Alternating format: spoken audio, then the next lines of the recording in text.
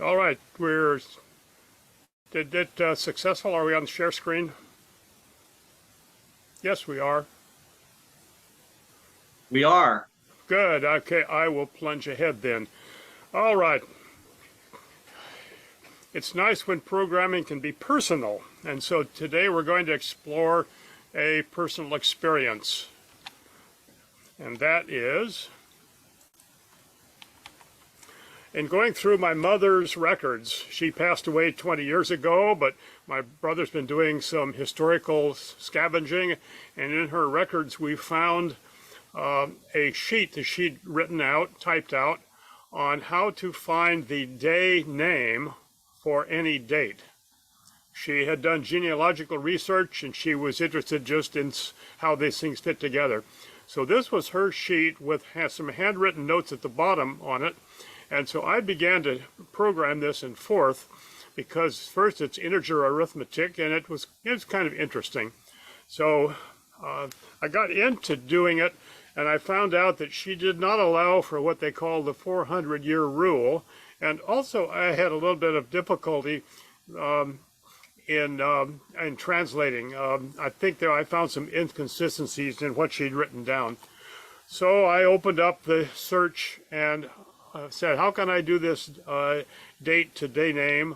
And I found what's called the Zeller rule, and that will be the core of our presentation today. And hooray for the Zeller rule, because it loves integer math, making it a natural for Forth. It appeared to have some floating point in it, but all values were taken as the integer value.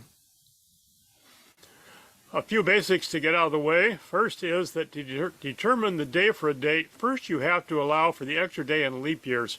If the leap years weren't there, it would be a very simple ratio arithmetic exercise. So the rule for leap years is that if this is for the Gregorian calendar, which I believe went into effect, if I remember right, in the 1782 or somewhere around there, due to Pope Gregory's influence. It got away from the Julian calendar, which was due to old Roman influence. Anyway, if the year is evenly divisible by 400, it is by definition a leap year, and that 2000 qualifies for that. In addition, if the year is evenly divisible by 4 but not 100, it is also a leap year. And so we'll see the fact that 2000 qualifies as a yes, 1900 as disqualified as no, not a leap year, and years like 1984, evenly divisible, is a leap year.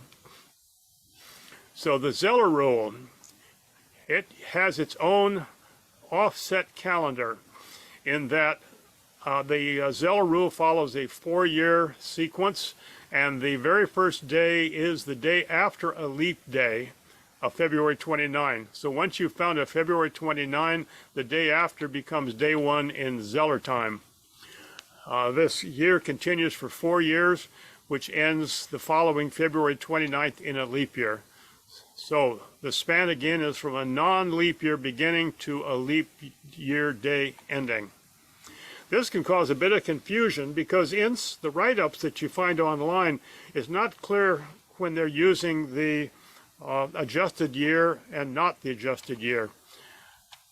And likewise, it certainly caused confusion for me, so I wrote out each step, and we'll see every factor is written individually so I can do diagnostic one by one. So to review what the Zeller year looks like, a typical one would start on March 1st, 2000. It would go 365 days until 228.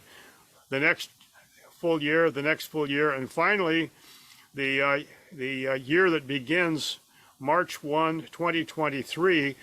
In Zeller time, it goes to February 29th of 2004. Two adjustments are made. First, the months run from March through February, not January through December. So March is month number 1, it goes through December to month number 10, and then in the following year it picks up January is 11 and February is 12. And if you think about this for a moment, it will be consistent with what we just mentioned a moment ago. The second case then is that the year adjustment means that January and February use the prior year.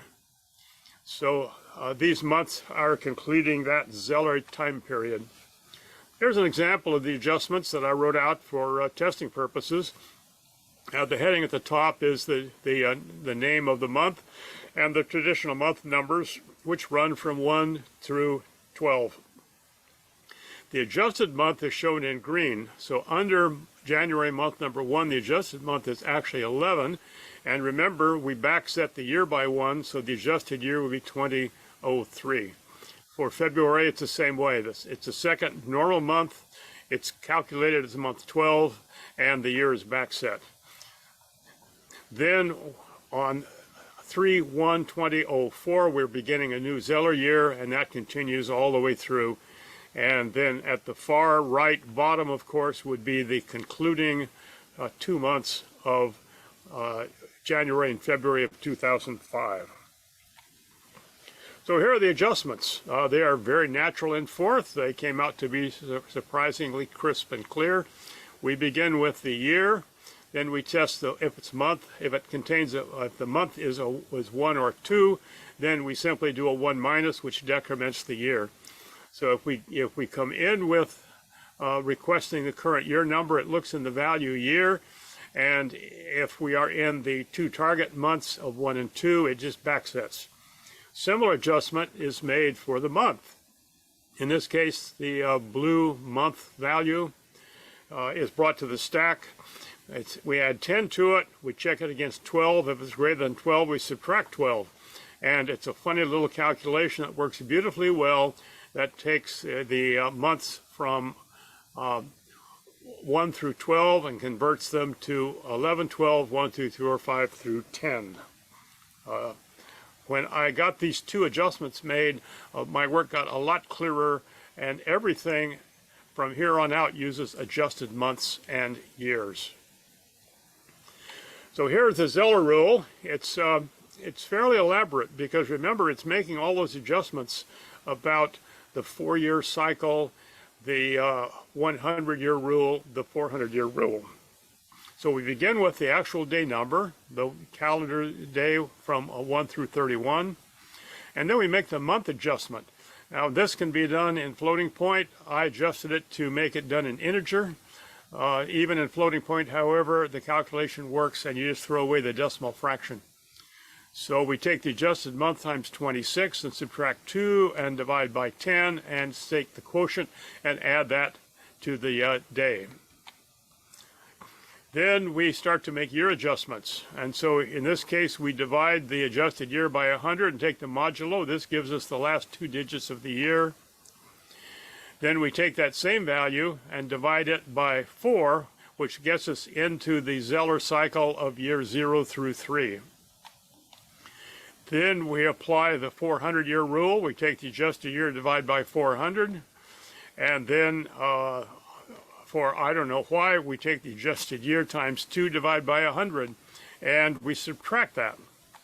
And then finally take modulo 7 of the total. These are the factors that are done. I developed each one separately for testing. So the first factor is the day. The second factor is the adjusted month with its funny little calculation. And then factor C does the last 2 digits of the year. The factor D gets us into the 4-year cycle. Factor E gets us the century cycle. And then there's that final adjustment at the very end. So these are simply added together, and then that final factor F at the end is subtracted, and then mod 7 is taken. And the result, 0 represents Sunday through 6 for Saturday.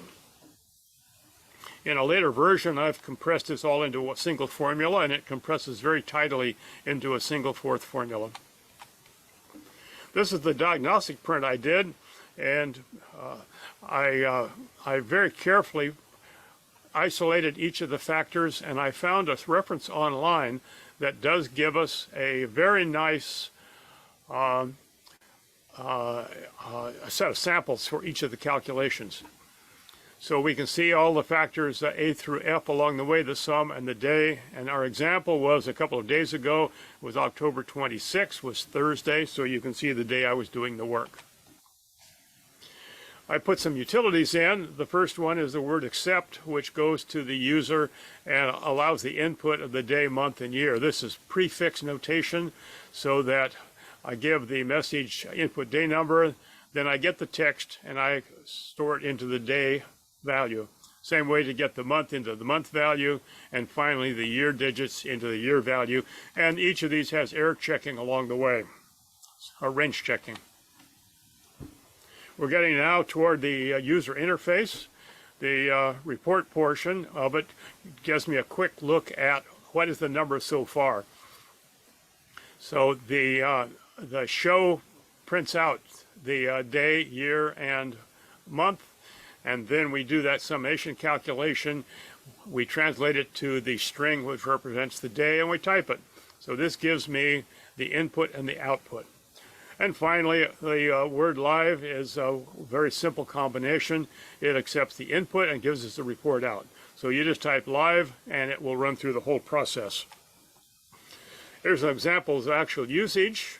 In this case, when I put the word input accept, it gives me the message, and I input 26 for the day number, I input the number 10 for the month, and I input the year as 4 digits and get the good old fourth OK. Then the report portion gives me a confirmation of what I input, day, month, year, and it said Thursday, and yes, 2 days ago was Thursday. So here's some tests. We take some key days that we saw. The first one was Thursday, 2 days ago. The second one was the 4th of July, the founding of our country, which was, it's comforting for all of us to know that the United States was founded on July 4th, 1776, and it was a Thursday. Very important day. Another day that shall live in infamy is December 7th, 1941, Pearl Harbor Day, and that is Sunday, and that's quite well known in history, and because that did begin in Hawaii on Sunday morning. So here's our conclusions. First, it took me several passes to get the month and year adjustments because it wasn't clear to me. It took a while to figure out when and where and how those year adjustments were put in. It always seemed a little bit anti-intuitive that January and February were part of the year before. To do the interactive input, the text input, I had to do some poking around inside Win32.4 and found some primitives that handled the text input properly, so I didn't have to write it from scratch. And kind of in summary, looking back at several other methods that are given, in particular on Wikipedia, you can see about 5 methods. I think that Zeller's rule or derivations of it, because it can be programmed quite simply, is probably used by most operating systems today. I would suspect that. I believe there are some methods that use lookup tables, might be a little bit faster, but the Zeller's rule seems to be the most rock solid. Incidentally, Gauss did a rule for developing leap year, or the day of the month, the day of the date. His was never published. They found it in his papers, and in the late 1980s, it was actually published for the first time in his collected works. So they discovered Gauss's method years and years later. So here's the references on this. The most interesting one for me was called beginnersbook.com. It gives a number of programming examples, and you can see the reference there is whoever wrote this up, it was year 2013 and month 4, and gave calculating given day date. This is nice because it gives about 4 worked examples, so you can check your work as you go along the way.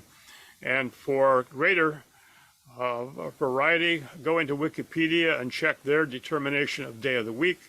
There are quite a number of methods given, a surprising variety of surprising different methods that all get the same result. So that concludes my major part, but I'm going to segue immediately into a challenge for 4th day next month. And this builds on the work that I presented today. I have done historically a long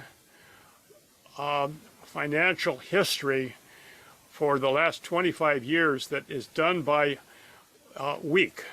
And so in that process, I needed to have a uniform week numbering, and so I used the ISO week numbers.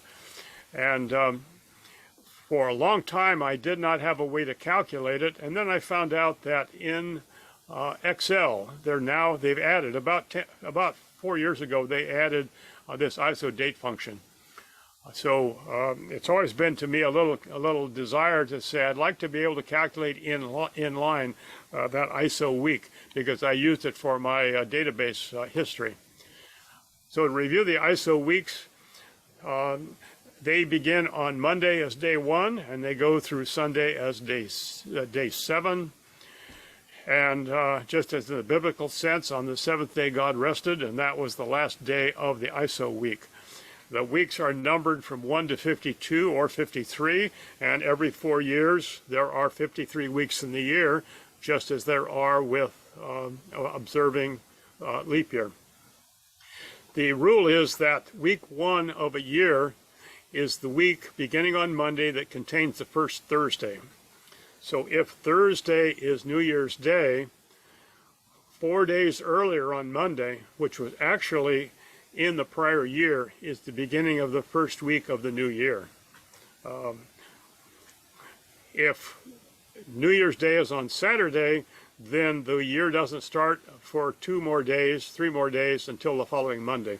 So basically, though, that is the ISO week convention. And so I am offering as a challenge for the 4th day to program the ISO week for any given date. Input a date, day, month, year, and then come back and say what the ISO week is.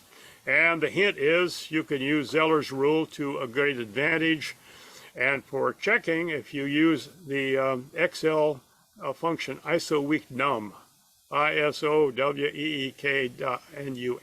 ISO week num, that will give you a check value. So with that, I'll be open to questions. Any questions or comments, please?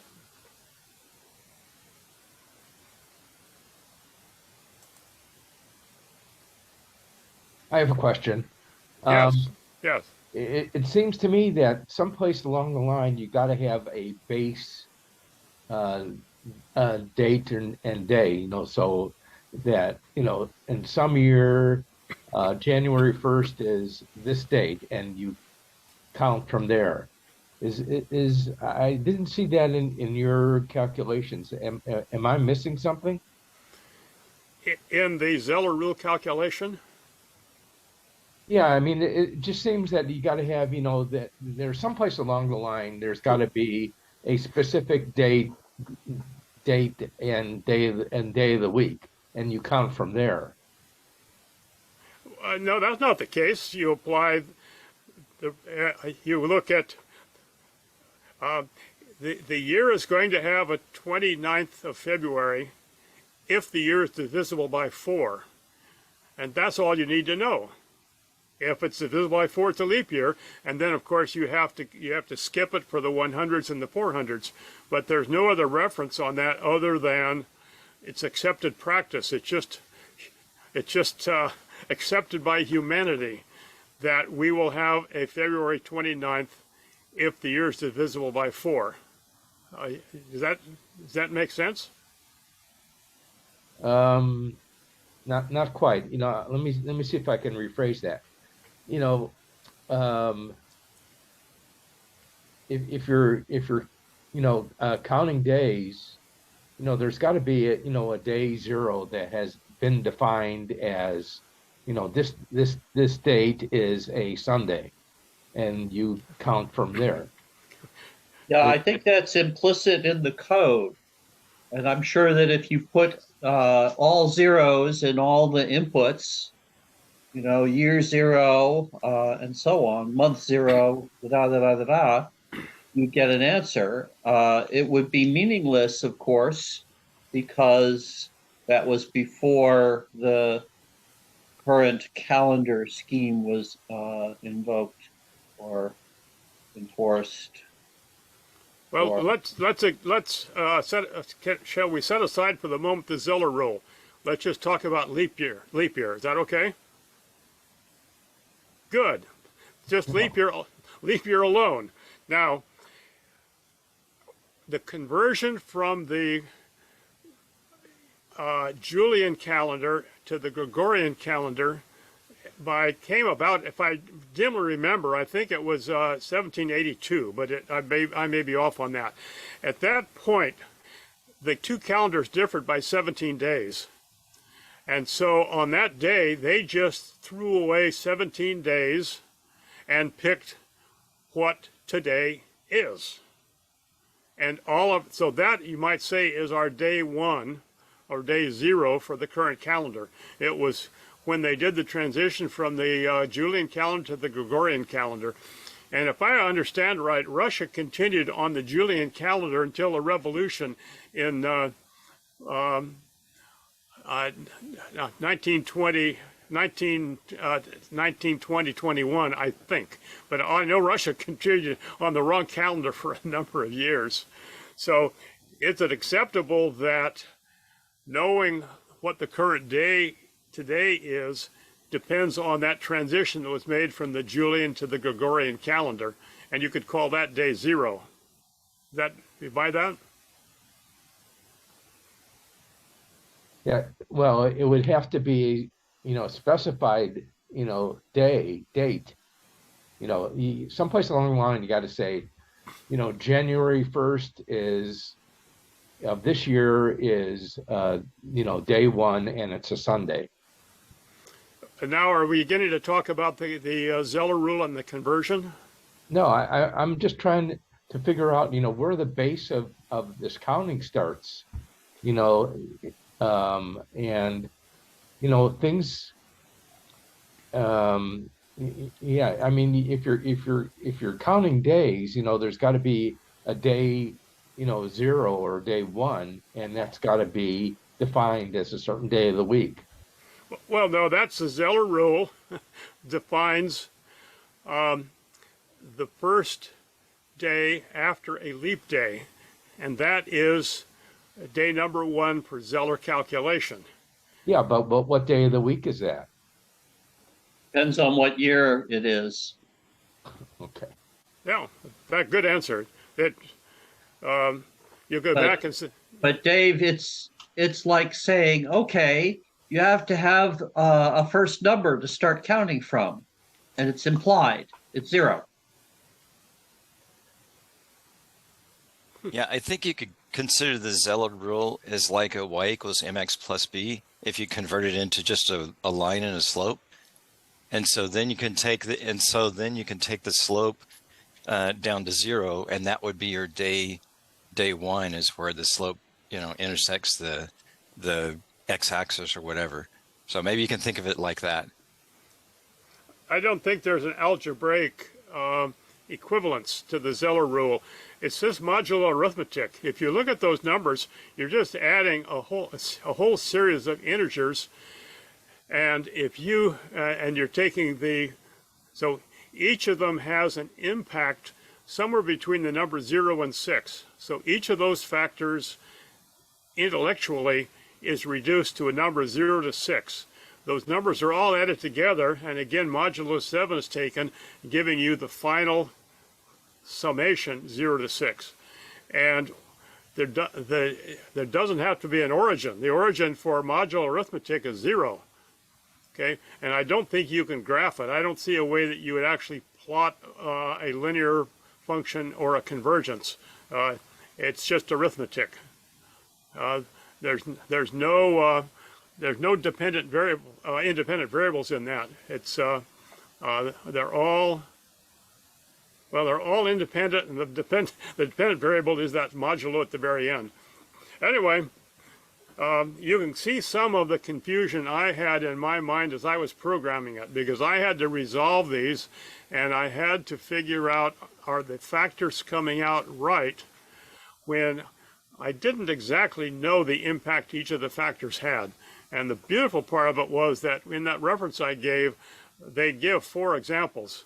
So as long as I could start programming and making sure my calculations matched their examples, by the time I got the second and third one done, I knew I had the formulas right. So anyway, I'll pass this back to Kevin.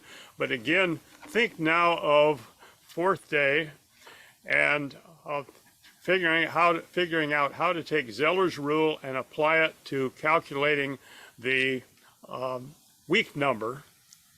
Because first we have to figure out the origin point for the first Thursday, and then work backwards to get the day number, the week number. So thank you very much, and back to Kevin. Thank you so much, Bill. Bill is a source of continued hope and inspiration for me with regard to SVFig and Fourth in general. I'm really looking forward to his book and urge him to expedite the release date to the extent that he is able. Speaking of books, I wanted to say that we talked about a couple of books last month. They are real books. You can really buy them. I really did. ISBN number. So, you know, if it's got an ISBN number, it's a real book. It's not, it doesn't work the other way around. Just because there's an ISBN number doesn't mean that there's a book associated with it. But John Scarney, More Than Magic by Bill Ragsdale has an ISBN number. And Beyond the Little Blue Box by John Draper and C. Wilson Fraser fame. So I'll point out that the book is signed by John Draper. So he's currently living in a care facility in Las Vegas, and I'm acting as his representative, offering the books on Amazon and on eBay. And the reason I got involved in the project was I'm on page 126, and I had to go get a copy of the book to find out what they said about me. okay, how do I get mine signed? It's signed. No, does it? You got the hard copy? I got hard copy, hardcover. Oh, that's too bad. I'm sorry. The hard copies aren't signed. Only the cheaper soft cover is signed. Yeah. Okay, well, maybe we'll discuss it offline if you've got an address for the esteemed John Draper. Maybe we can take a trip to Vegas or at least mail it to him for the purpose. No, respectfully, I suggest you don't want to get involved. I mean, yeah, once you turn Draper on, you can't turn him off. So anyway, but anyway, that's been said about me, Bill. So I'm inclined to be, to reflect the kindness to the feeble-minded that has been shown to me. But I will take that wisdom, or I will take that advice as wisdom, as reflecting wisdom. Yeah. Or however you care to phrase that sentiment in a way that makes it more palatable to the implication that I might ignore you at some future date. Without further ado, you can tell me stuff that's important and rational and reasonable